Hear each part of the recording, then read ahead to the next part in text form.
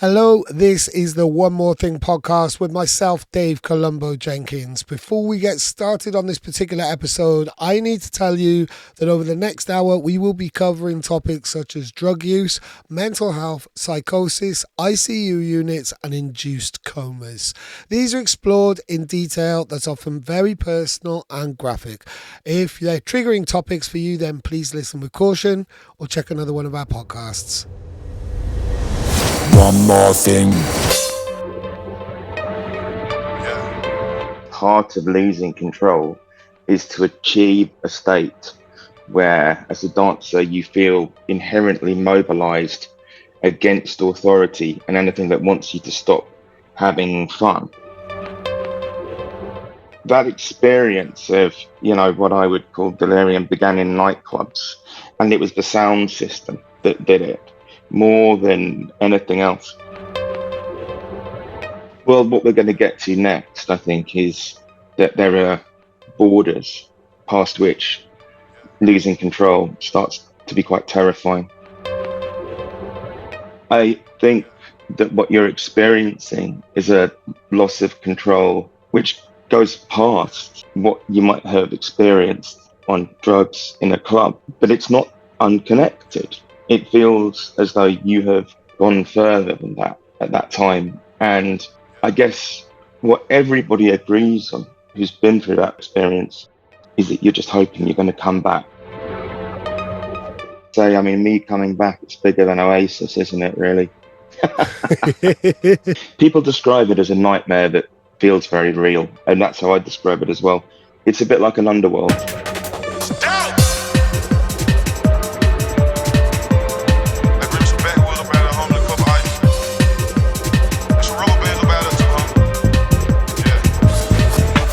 Welcome to the One More Thing podcast. This is a really, really, really special episode. They all are, but this one in particular tackles and explores a unique subject matter that we will all be able to relate to, and one that is very close to my guest's heart. My guest is Benj, and he's been involved in a whole range of genres from jungle to techno over the years, as a DJ, as a producer, as the owner of the label Don't Be Afraid, and also as a writer at some points too. You'll probably know him as DJ Persuasion or possibly Semtek in the past, and he's been involved in this whole caper for quite some time, having started DJing as a kid in the 90s, and then really got into things around the late 90s, early 2000s, when he enjoyed those special rave awakenings in a random field in the middle of England, like so many of us have done and continue to do so. These awakenings will play a role in our discussion, but it's not quite where we start. Ben, where should we start? This is called Deconstructing Delirium. It's the name of your new release, but it's also a subject matter that you've been exploring in a lot of detail and personally because it's affected you. Where would you like to start this conversation? And thank you for joining me as well. Hi, Dave. Thanks so much for having me on. I'm really grateful for all the time and effort you've put into this interview. Oh, my pleasure. I love having these kind of unique conversations, which don't normally have a space within dance music editorial, but I think are really, really important. So it is absolutely my pleasure. And yeah, thanks for suggesting this topic as well. And yeah, I'd like you to take the lead because this is such a big discussion, really, isn't it? So where would you like to start? It is. So I recently had a record out on a label called Breakbeat Energy called the Delirium EP. And the title Delirium is inspired by a lot of different concepts that are connected to that word. Where I think we should start is by talking about what delirium means as a state of mind. Yeah, because it's such an overly used, it's such a loaded word, and it's one that's used all of the time. You search on any kind of download store and stuff, there's millions of tracks called Delirium or Delirious. There's been some huge anthems called that. It's a word that I think we use carelessly a heck of a lot, really, in English, kind of vernacular and slang and just casual talking. But what does delirium, technically, really mean? Well, I think the reason I chose that title is because it is something of a semantic node for a lot of different concepts that relate to things I'm interested in. But as an abstract concept, let's say, it's a state of acute confusion, and it's often attributable to physiological or medical conditions, possibly psychoactive substances, but can have other causes as well. It also has certain specific meanings, which we'll get onto later. Yeah.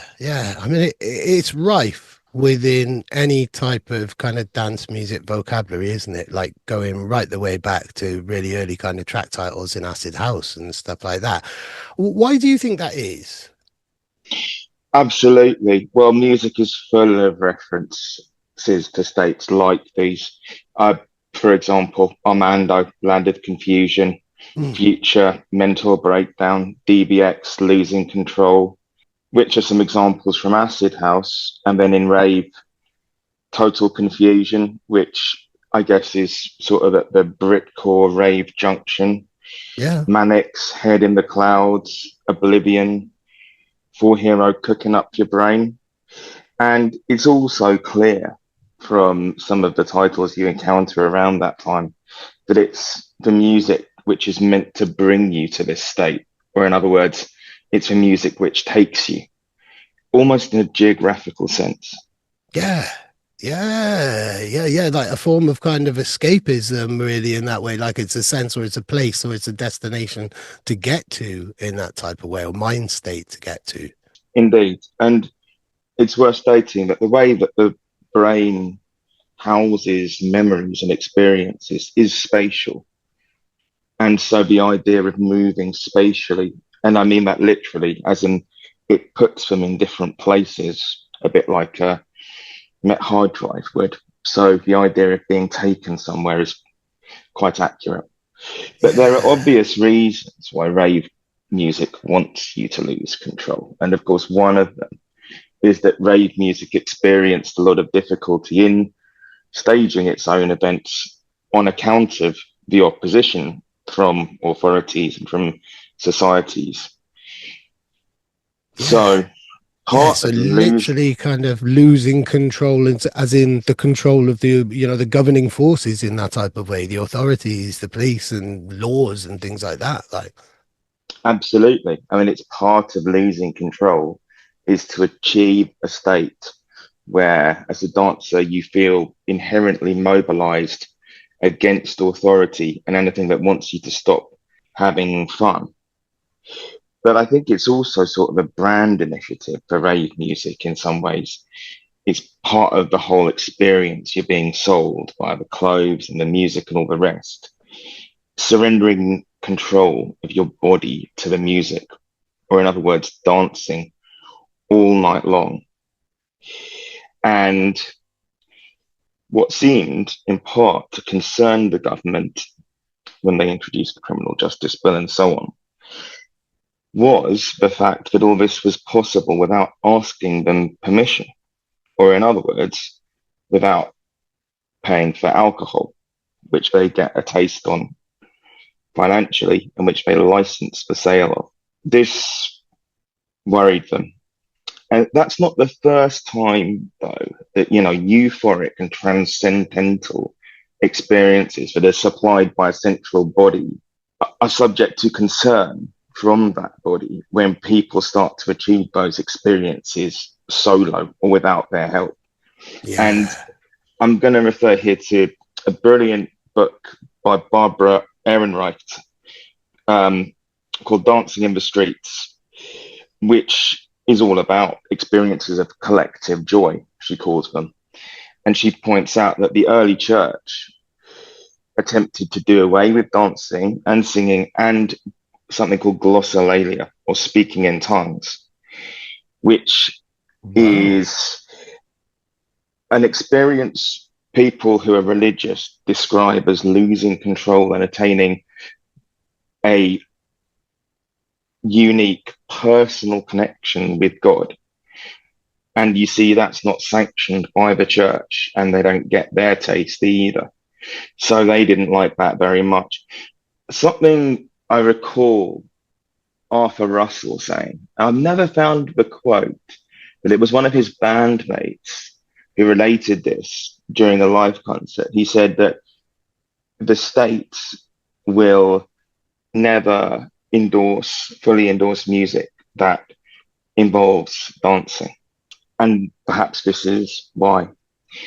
Anyway, so one of the key tenets of this liberation is that we're able to regulate ourselves without the need for any help. This is really important.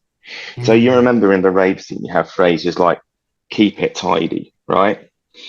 And the point of those slogans is that it's important that it's up to us. We don't do too much of anything or go too far. And that's not only for our own sake, because it's for collective good. If somebody falls ill, Leah Betts, for example, the whole thing is in danger of getting shut down. Yeah, it's encouraging self-governing. It's encouraging looking out for each other instead of relying on an authoritarian force to keep people in line in that type of way. It's just encouraging good social practices in that type of way, really, isn't it? There was a rave in Cambridge, very famous one called Eclipse, and they used to have a sign that said "Protect me from what I want," and I think that sums it up. But what's important as well here is that the delirium we're in search of through the music is about experiencing some form of departure together, collectively. I think it's quite well expressed in Biosphere's 94 track Phantasm. The sample at the beginning goes, "We had a dream last night, we had the same dream." So the idea is that the music and the dancing brings us to a delirious state together. Yeah. And it's not, and in theory, it's the music and the dancing that does that. But it's a similar experience we're all having.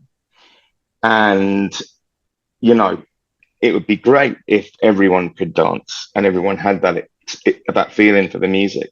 But that's not always the case. So something extra may be needed to lend a hand, if you know what I mean. Yeah. Which comes, it's come part and parcel, part and parcel with kind of rave culture and underground culture. For many, their first experiences, they would come hand in hand, really, in that type of way. And I'll tap on my own personal experiences, was as a paper boy delivering, shitty tabloids like The Sun saying this evil acid house madness, and delivering those papers, looking at that, thinking, when I'm older, I'd quite like to go to one of them and try one of those. I think that all sounds like quite a lot of fun, actually, this ecstasy stuff. And, it was all kind of part, Prodigy were just getting into the charts at the time. I was an impressionable 12-year-old. Hearing that noise, and thanks to kind of propaganda and sensationalism through the tabloids, I already knew that there was a drug culture attached to that. I didn't ever know that electronic music didn't come with that in that type of way, really. And that was as a child, really, in the late 80s, early 90s. Absolutely. I mean, it's so interesting you say that. My first connection really was through an episode of Inspector Morse, Oh, wow. which was the famous rave episode. It turns out that was directed by Danny Boyle, and oh, wow. Okay, cool.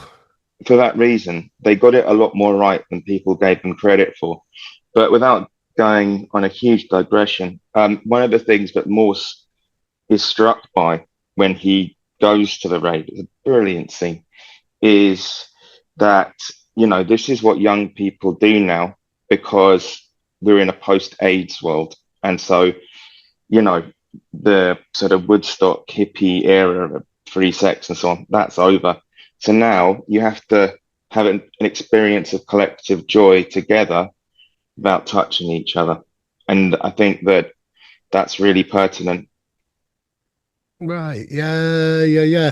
Or that it was that certain mindsets that it doesn't have to lead to gratuitous sex in that type of way, Indeed. that you can show love in a much more compassionate, empathetic way. And this taps into, all of the tropes about like football hooligans dropping all of their, their macho bullshit when they took a knee back in the early rave days. And now, you'd have people who normally tear chunks out of each other, at least shaking hands and smiling, if not hugging. And that kind of form of love hadn't really kind of been, I don't know, kind of, yeah. Obviously, had been experienced before. I think it was scary for people who like control to see people showing so much empathy and being able to drop their barriers, because then it's a lot harder to divide people when they're showing empathy, isn't it? Well, this is, something that Erin Reich talks about, and I'd recommend anyone to read that book. She talks about, how collective joy has in the past also led to collective political experiences that aren't entirely benign. But anyway, so, um, as was said as the undercover police officer says to Morse in that episode, it's the drugs. And yeah, that's what we were going to talk about next, wasn't it? Yeah, totally. And this is really interesting because I know your like raving history, and for your Mhm. first good couple of years, you experienced that collective feeling totally sober, didn't you? Absolutely. I mean, that experience of, what I would call delirium began in nightclubs, and it was the sound system that did it more than anything else. Hearing the sounds at a loud volume was sort of what detached my mind from my body and screwed them back together in a more useful way.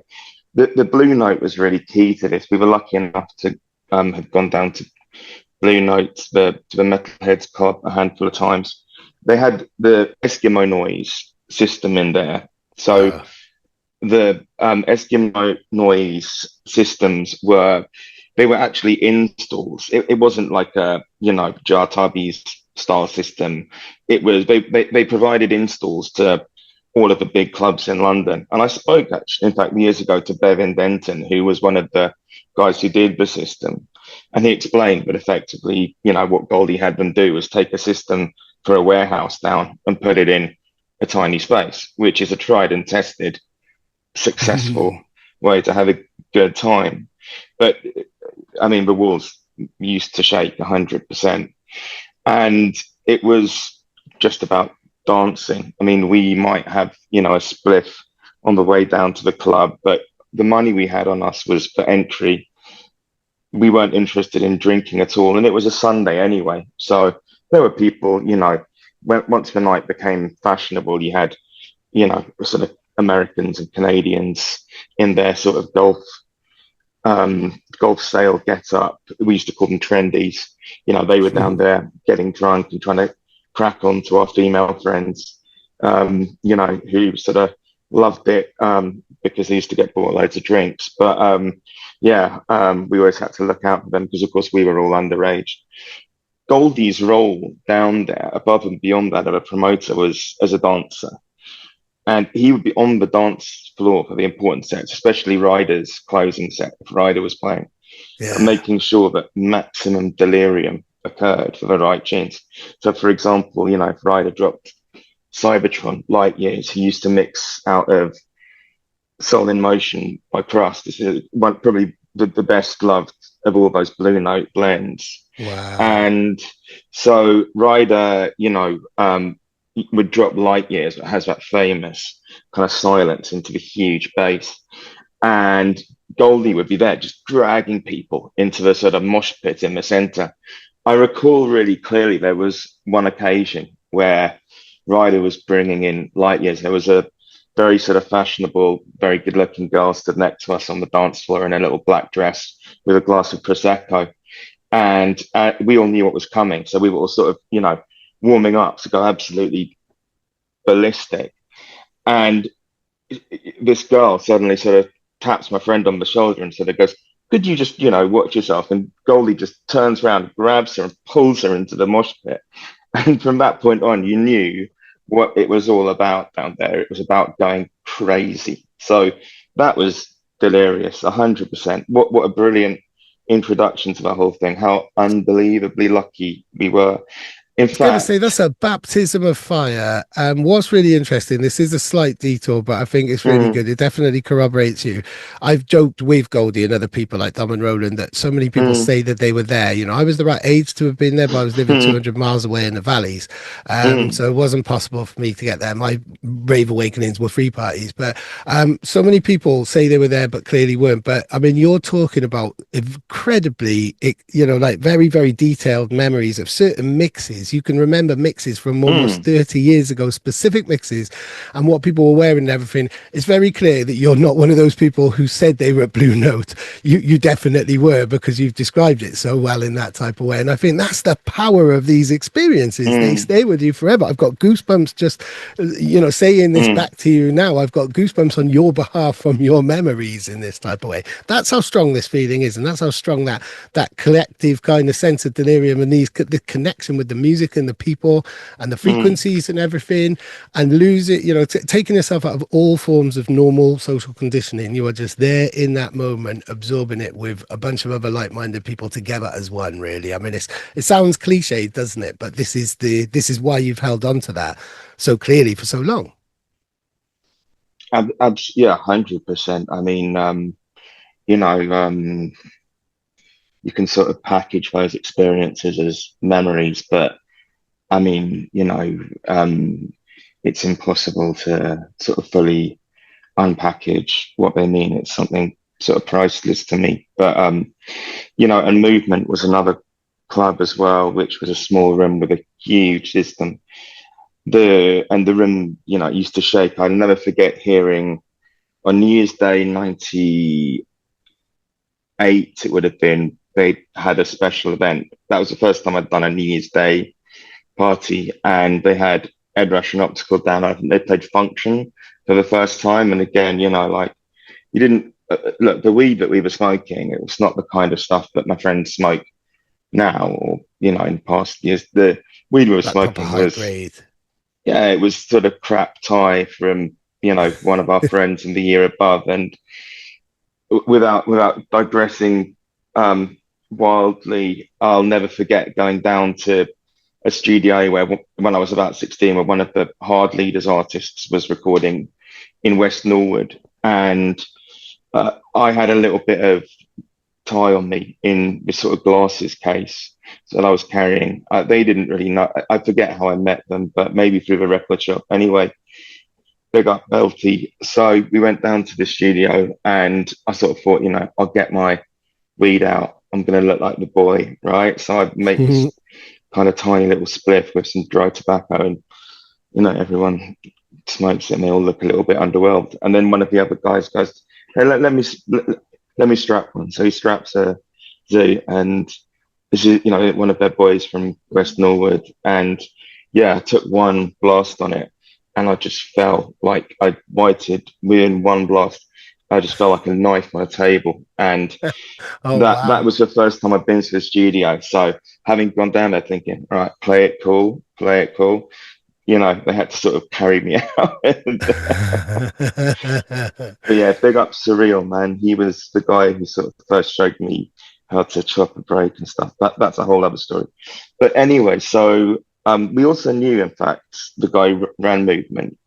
And that was useful because, of course, clubs are full of their own controls, you know, much more so than places like Bagley's and the warehouses.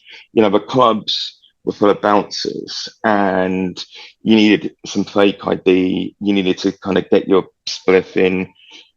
You needed to, you know, manage all of these elements. And so knowing Dave, because I played double bass for him on a record, sadly never came out. It was a remix for Maximum Style, which was Four Heroes, Parisia alias. Anyway. Yeah. I wonder if you still got with that. Anyway, big up Dave Stone. So it helped that we knew Dave, because, you know, we were on the list, and that meant that, you know, the bouncers would look us up and down and go, hey, 18 are you, son? And you go, yes, sir. And they'd sort of go, all right, then, you know. But Dave would come up and give us a hand, you know, if there was trouble. So We were very lucky in that respect. We never ever.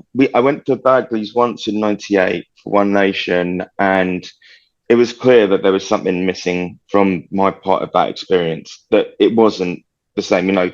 Finishing 6 in the morning, if you were just having a beer and a spliff, you couldn't easily keep going all the way through the night. And so, yeah, it was obvious something was missing. So when I moved out of London for my studies in sort of 99-ish, the city I moved to was known for its involvement in the early free party scene. And it was where crews like Spiral Trade had plied their trade in Jericho on the Meadows and in Wolvercote and on the Ridgeway and so on. And there were clubs in the city, but they felt like staging posts because the licensing was a lot stricter, so they couldn't stay open past 3. So you could tell that something was happening after those events. People were going somewhere, but I didn't really know where to begin with. It just so happened at this point. You see, I'd never really had a concept of what old school was, other than as something I'd missed out on. But I'd heard a few tunes and I liked them. I started going down to a record shop called Avid, and there was a guy in the basement called Gary. I just got my first student loan in. It turned out it was good timing because he spotted that I was looking at all of these 92, 93 records, and he saw some business there, I think, for himself. So he sort of mentioned to me, look, I've got a personal collection that I'm selling bits of, come down to my mum's house in Buckinghamshire, I think it was, in the middle of nowhere, and I'll show you. So he drove us out and took me up to his attic, and he's opened this record box, and inside there were just mint condition copies of, almost all the Reinforced, all the Moving Shadow, and all the Suburban Bass between sort of 91 and 94. And yeah, I mean, I came out of there, with less student loan than you originally had. that's correct. And you see, I'd never spent £20 on a record before, but I mean, all those records, by the time Discogs came around and Gem and so on, they were all worth 5 times that much. So I did very well out of that. There were things like Bomb Scare, Music Takes You, Sound of the Underground, Oblivion, Head in the Clouds, and they were all in mint condition. Brilliant. So on account of this lucky find, I started playing old school. And I'll be honest, the truth is that the students, they couldn't really get into the kind of drum and bass that people were playing in 99 because it had taken a turn into quite esoteric territory. That total science sound was, huge at the time at those gigs, but it wasn't for everyone, especially if you didn't know the music. Yeah, it wasn't easy to penetrate, certainly. I mean, around then you had the kind of, the birth of kind of acts like Conflict, Renegade Hardware was massive, and it was really right on the kind of tech edge, which if you were into that and got it, was exceptional and a real golden time. But if you were trying to find your way into it, there weren't that many accessible tunes, really, were there, for a couple of years. I mean, there obviously were. There's always different sub-genres and shades and flavors. But drum and bass was a very hard and kind of militant and very future focused sound at that point, really, wasn't it? I mean, there's the whole kind of, the adage that a lot of girls left the scene and stuff like that, and a lot of people left the garage and stuff like that. That's correct, and I've got another time we'll talk about that because it's an interesting time. But there's no doubt that well, regardless, there's no doubt that a lot of people left the garage in those years, and the sound of the jungle and the drum and bass records on labels like Hardware, it wasn't for everyone. But, without knowing it, we all had heard records like Bomb Scare growing up. Some of them had been on MTV and The Box and so on. Those big rave hits. There was one on Suburban Bass, Tell Me Why. That had a video. They managed to do well on MTV, some of those records. So, a lot of rave stuff, Smarties, all this kind of stuff, people knew it. They just didn't know what it was called. So when I started playing those records in 99, all of a sudden I got a handful of gigs. And the parties that I got asked to go and play in that year was something quite new to me. So they were private parties, which sort of resembled what people have said about 88, 89 in some respects, but not in others. They took place on private land that had been loaned or hired in barns often, and they were invite only. So the addresses were kept secret, and they had the feeling of something mysterious and unique. I got asked to play a party in the summer of 2000, excuse me, and I showed up there, and I was playing all of my old school, and they obviously enjoyed it because one of the guys who was in charge, he sort of took me to one side and, you know, got some powder out of his pocket and sort of, you know, laid it out as people do and said, "Do you want one of these?" And I sort of looked at it and thought, well, he seems to be all right, so I'll give it a try. So I've given it a try and gone, right, okay, well, that's a bit like a cup of coffee, isn't it? Nothing wrong with that. And I guess that was cocaine. So I sort of, at that moment, gone from assuming that any of these class A's were, you know, the equivalent of heroin, effectively. You took, you know, you had first hits for free, right? As the joke used to go about the dealers. This wasn't that. It was obvious. A week later, I went to do another party. I was with my cousin, and I thought, right, so I get that you need to pay for this stuff. So I've taken a bit of cash with me, and I've played my set, and I've gone, you know, on a little jaunt to find somebody. I found somebody who's selling up, bought a couple of Garys, and I've taken one of those, and I sort of thought, this will be like last week, you know, it will be very straightforward. We all know what's coming. Within 20 minutes, you know, you're sort of wandering from room to room. You just feel so alive with it, you know. I'll never forget it. You know, you're wandering into one room, and I think there was James Holden at the time. He's playing trance, although he had a friend putting the records on for him because in those early years, he didn't really know how to DJ. DJing with vinyl on a big system's not simple. So there was James and Gwill, his friend, and I'd never been into that kind of music. And then immediately at that moment, I got it. What that trancey thing was, but you know, you're in there rushing, and then gone into the garage tent opposite, and they're playing, you know, Sky Juice or something, Endorphin, you know, appropriately titled. And again, you just feel so alive with it. But with the garage, it's a bit of a different experience. You know, you're dancing hard, and, you know, following that, you go and sit down with your friends in the field, and it's nostalgic and sentimental and so on. And this was the beginning of a honeymoon period with that drug that lasted about 6 months. It just so happened that I had my final exam of the first year the next day, and somehow I managed to get through it. But I think that was partly thanks to my friend who was kicking my chair to keep me awake because I was starting to fall asleep. So you buzzed, you raw dogged it. So they say you buzzed all your way through and actually turned up to the exam and everything, like, and did it? Did you pass?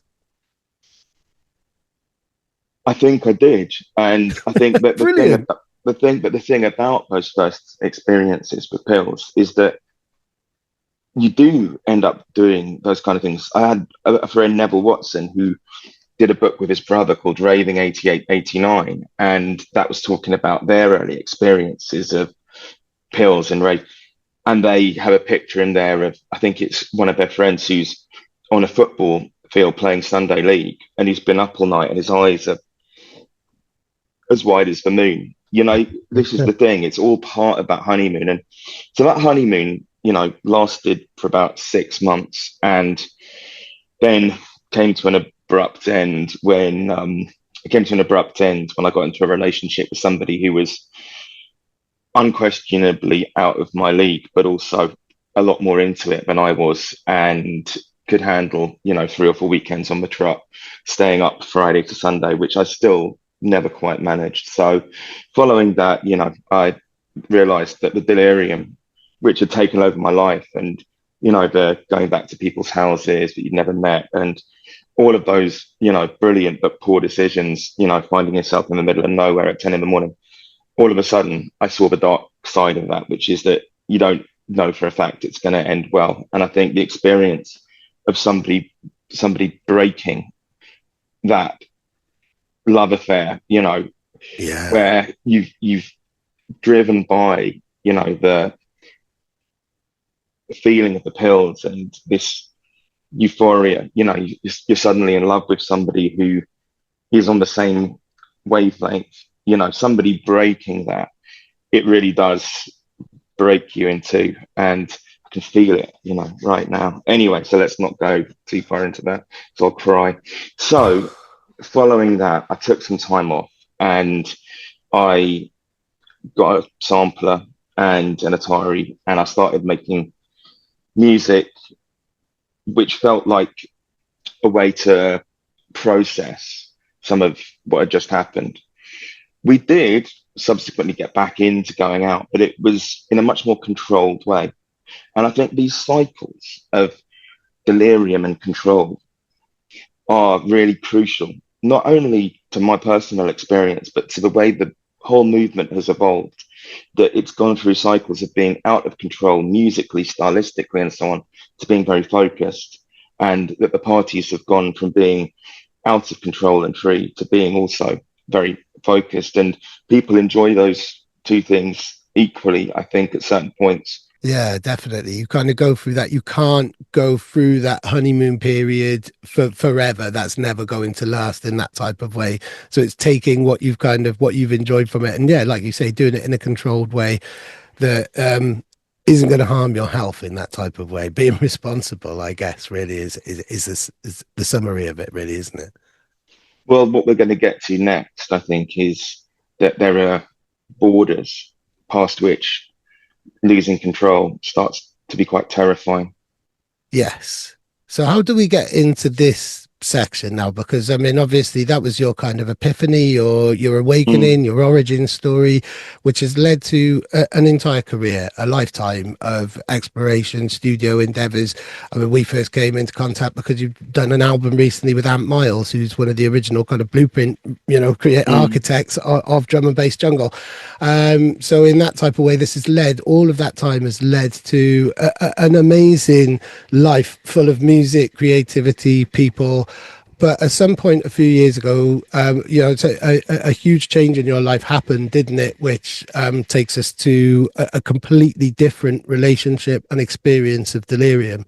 So how do we bring this kind of chapter of your life into the conversation? Well, let's just say that 3 years ago, I was involved in a very severe accident. And following that, I was airlifted to hospital and placed in an induced coma in the ICU, the intensive care unit, where I experienced what is known as ICU delirium. Now, So this has got a very specific name then in that type that of way. that's correct, although it connects a lot of what we've been talking about. So delirium in the intensive care unit is a result of being placed in an induced coma and given a sedative non-stop for a number of weeks in my case. And the sedative I was given was in fact ketamine. So it's also psychoactive. There are certain conditions in the ICU which contribute to delirium. So the fact the lights are never turned off, 24 hours a day, the lights are on, and the fact you're able to hear the sounds of the equipment, which manifest as bleeps that are out of time with each other. Oh, And wow. if you can imagine what that sounds like, the wave of the bleeps coming in and out of time resembles the waves of hallucinations you experience. And everyone describes similar experiences. which is Wow. something that makes this a collective experience in some ways, a bit like other forms of delirium we've discussed. Yeah. So you were alert enough, you can remember that experience. That must have been a nightmare. If it, I can't think of any other description there. People describe it as a nightmare that feels very real, and that's how I describe it as well. It's a bit like an underworld. So you're thinking, you were having cognitive thoughts and stuff like that. But I mean, it must have been very frustrating not being able to move or say or talk or anything like that. And sorry if any of this is triggering for you. No, that's okay. That's correct. People describe how it feels to have a breathing tube down your throat whilst being under the influence of a dose of a sedative. And the barbiturates are hyperactive as well, psychoactive rather. Everybody describes the same things, the feeling that you wonder if you're permanently going to be in this state, unable to talk and unable to move. And it's not just that, though. People all describe feelings that the staff are conspiring against them, coming in and out of the walls. The fact that your eyelids are closed, but the bright lights are shining against them and you're experiencing hallucinations. It resembles something like an episode of Twin Peaks: The Return with those crimson walls, because a lot of the hallucinations are colored by the inside of your eyelids. And I think that what you're experiencing is a loss of control, which goes past what you might have experienced on drugs in a club, but it's not unconnected. It feels as though you have gone further than that at that time. And I guess what everybody agrees on who's been through that awful experience is that you're just hoping you're going to come back. Wow. Wow. That must have been the worst experience for you to kind of ever go through. Were you aware of people around you? Like, kind of, did you feel like you had support or did you feel completely isolated in that type of way? You are aware of people around you, but again, something everybody who's experienced ICU delirium talks about is feeling very paranoid about whether or not the people who are around you are who they say they are, and so on. Wow. What your earliest memories have been induced out of it, if you know what I mean? Like, how they brought you out, they put you into that. It's an incredibly controlled and balanced, medicated state. So, what are your memories when you were finally, kind of, you realized that this was no longer going to be where your mind was, which must have felt like, forever at that time? That's correct. All I can say is that you feel very relieved when they bring you round because you can finally talk again, and that worry in the back of your mind, because as in a K-hole scenario, I don't think anyone would want to be in a K-hole for quite that long, not even people who go to Boomtown. But as in that K-hole scenario, you are aware periodically of what's going on, but you're also not. It comes in waves. So you're relieved, but the after effects are still quite severe. You still get those dreamlike feelings for a long time after, and I still get them today. That experience doesn't leave you, and it's associated with PTSD in the aftermath. It's a very particular experience and one that is simply a part of my life now. So I have to live it and find ways to process it, which I guess brings us back to music. Yeah, I mean, I was going to say, like, this must have stayed with you forever, and I hope you're okay in your recovery, in all aspects. Has gone well, is going well, and I think that's another discussion. But I wish you well, essentially, and I'm so glad that you're through this. And I was going to say, how does this affect the way that you kind of perceive things, this is going to stay with you in the same way, you know, in a good way that, you know, those early raves, those early Blue Note experiences and stuff have stayed with you. How does this stay with you? And like you say, you know, how do you articulate that in what you create? I never go out to create music that's about anything. I have never gone out to write music that describes something specifically. I think, though, that your early experiences of hearing loud music and being around people who are like-minded and share that love of music with you, and equally experiences like this where things have gone to another place, all of it contributes. I would say that I think in my music it's sort of expressed in the way that I use harmonies and melodies. So all of these things, they seem to be triggered and activated in music by harmonies and melodies that go in unexpected directions. My music always has hooks, and it often has pads and so on. I rarely write music that's purely rhythmic. Even in the rhythms, though, something about the way that the drums roll out in certain tunes from that old school era, it immediately makes you feel the rush. You know, whether you're on a hill or not, it makes you feel whatever that thing is, you know. And so the drums and also the bass, you know, when the bass really shakes you, all of it helps you to feel like you're losing control in some way. I also think that people write music in different ways. I try to write music as a listener. So I'm putting things in that I think are going to trigger those experiences. But it's all about writing something that's, you know, going to kind of separate me from myself. Whereas I think other people write music very much as an artist, and they're thinking, how can I separate an imagined listener from their ego and their soul? But all of it, I think, contains these experiences in some way, shape, or form. Yeah. So are there particular, I mean, you're talking about kind of tapping into all different types of experiences there. Was there music in your mind, or do you associate particular kind of keys or cadences with the mind state, you know, with your recollections of ICU Delirium?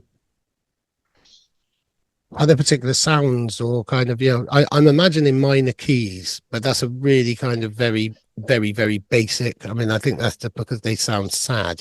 And that's a really kind of pathetic imagination, really, I think. But are there sounds? Do you associate sounds as well as the bleeps with that mindset, which, you know, kind of while you're writing might kind of take your mind back to that in a way that you don't expect, like surprise you in that type of way? It's interesting. I think that samples are partly what do it. I find myself often choosing samples that, you know, I mean, and again, also something about dark side hardcore. That was always my favorite part of it. And something about dark side hardcore and the way that they use those sounds, it does something to me. You know, I think fear as well can help you to sort of lose control in some way. Yeah. I've got a tune coming later in the year that has some samples from a horror film, and they do something. I guess they invoke the narrative of that film, and I like using samples that are recognizable for that reason. That, you know, that's what is brilliant about sampling, is that you can bring a whole world into a tune with a single line. And, you know, I'd refer back to that Biosphere tune, Phantasm, which has that line, "We had the same dream last night," you know?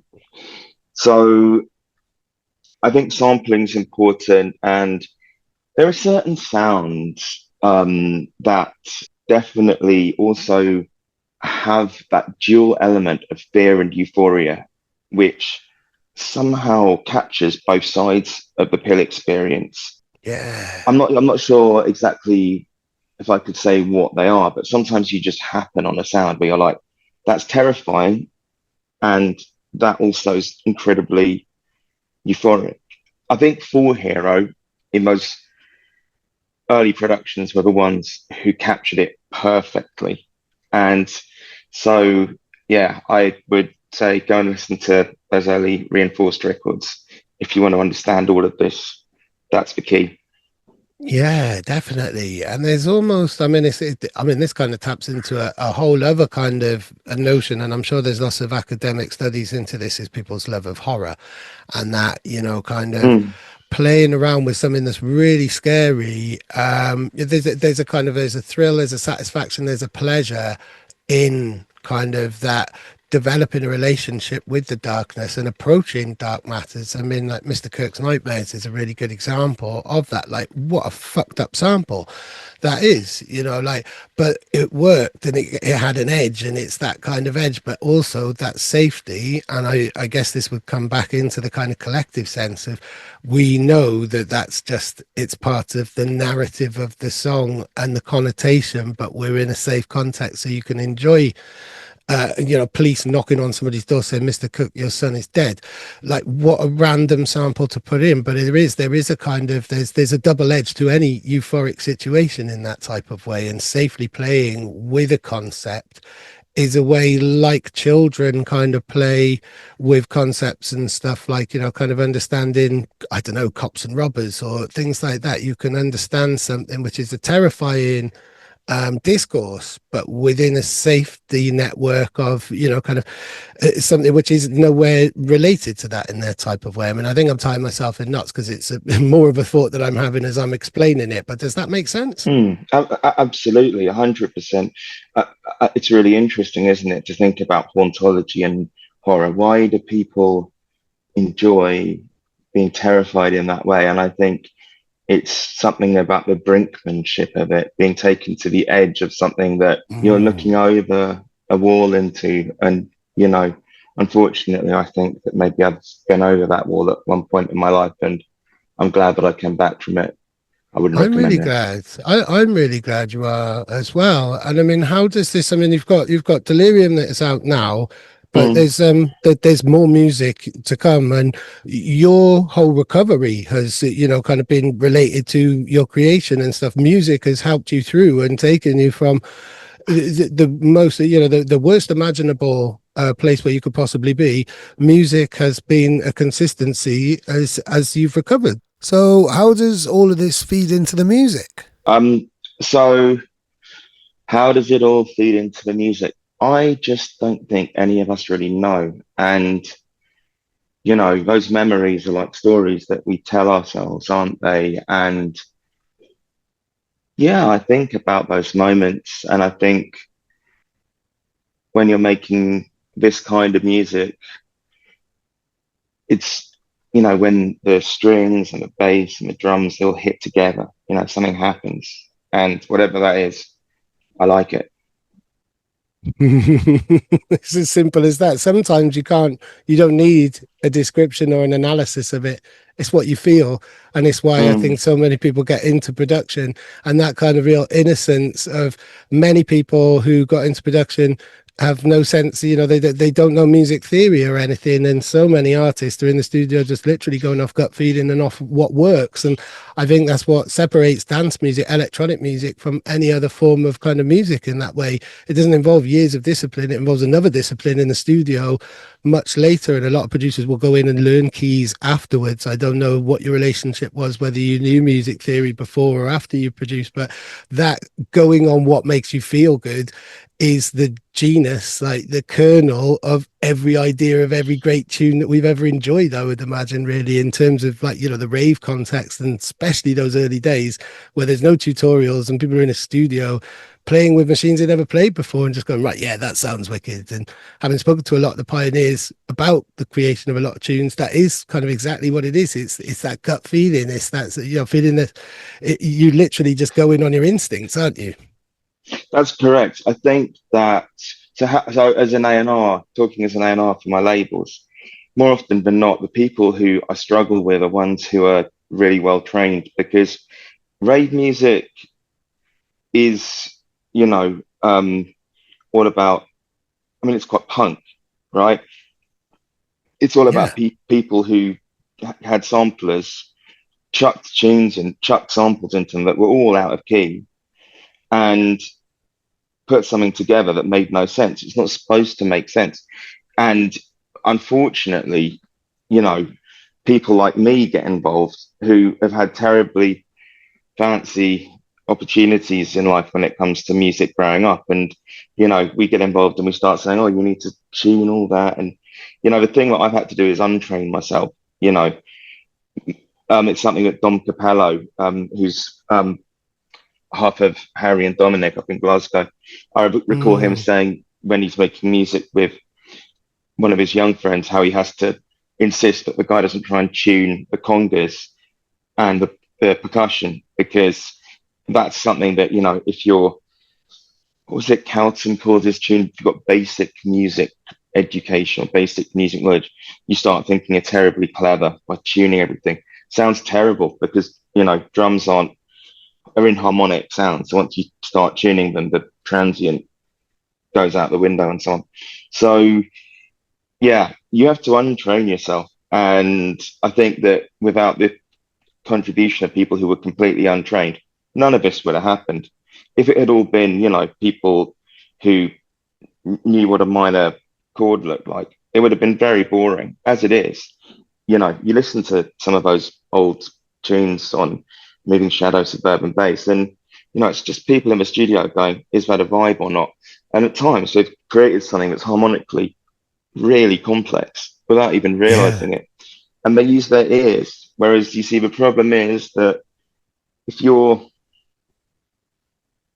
too well trained, you stop using your ears and you start just looking at what's on the page in the stave and so on. So, you know, losing control. At the risk of sounding like a boomer as well, like this could also relate to like stuff like the wheel, the Camelot wheel, and spectrum analyzers and all of these tools now, you know, where people can get things to sound so right and sit in exactly the right space, but it's through an algorithm software, you know, kind of, you know, it's but yeah, it takes away any of those kind of happy accidents and things like that, really, which created all of these kind of, you know, seminal tunes. 100%, 100%. You know, this is why there's got to be an element of delirium in the studio. And I think sometimes that's why production partners are important, because you need one guy who's off his head and one guy who knows how to turn on the computer. And then one guy to strap a spliff in the background. That is a perfect production trio to me. So if you know anyone who fits that description, get in touch. I played 2 of those roles and I don't know how to produce, so I'll leave you with that really.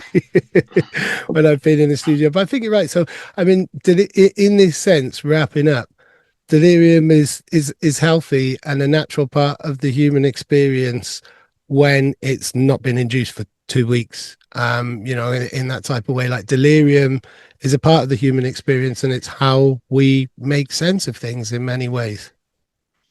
Absolutely. I think, yeah, it's all comes in waves and cycles, but it's important that the waves keep waving, if you see what I mean. And yeah, when you get stuck in one of these states, then yeah, it gets a bit dark. So yeah, everything in moderation. My nan used to say, I'm not sure if she quite knew the context in which that would come to mind, but yeah, big up my nan. Yeah, big up your nan massively, and big up yourself. Big up yourself for being able to look back over this experience, articulate it, and process it in such a way that you found some positivity from it in that type of way, and that it's helped you make sense perhaps of your own brain, but also the shared collective human experiences, that you weren't alone in that experience, that and I think that's very applaudable for such a traumatic experience. I don't think everybody has been able to come through it in that type of way. So I mean, it's amazing and a huge inspiration to anybody who might be able to relate in one way or another in that type of way. Yeah, we're not out of the underworld quite yet, but you know, I'm making progress. And thanks so much for your time. It's been a real pleasure and an honor to be able to talk about these things. I can't imagine I'll ever have this chance again. So thank you. Wow. I yeah, Thank you for just being so candid and so open. And yeah, I hope that anybody listening has kind of found inspiration or comfort in that, because I know you're not alone in that type of way. So thank you very much, and I look forward to our next interview, which will be completely about the music and what comes next. And I know there's loads of really exciting things. Is there anything that you would like to hype up in a kind of to flip the podcast into a much more kind of promotional vehicle and stuff? Obviously Delirium is out right now. What can people expect from you in the rest of 2025? Well, I mean, look, let's just say, I mean, me coming back, it's bigger than Oasis, isn't it, really? Let's see how it goes. Onwards. Onwards and upwards. Benj, thank you so much for your time, and what an amazing conversation. Wicked. Take care. Thank you. Peace. One more thing.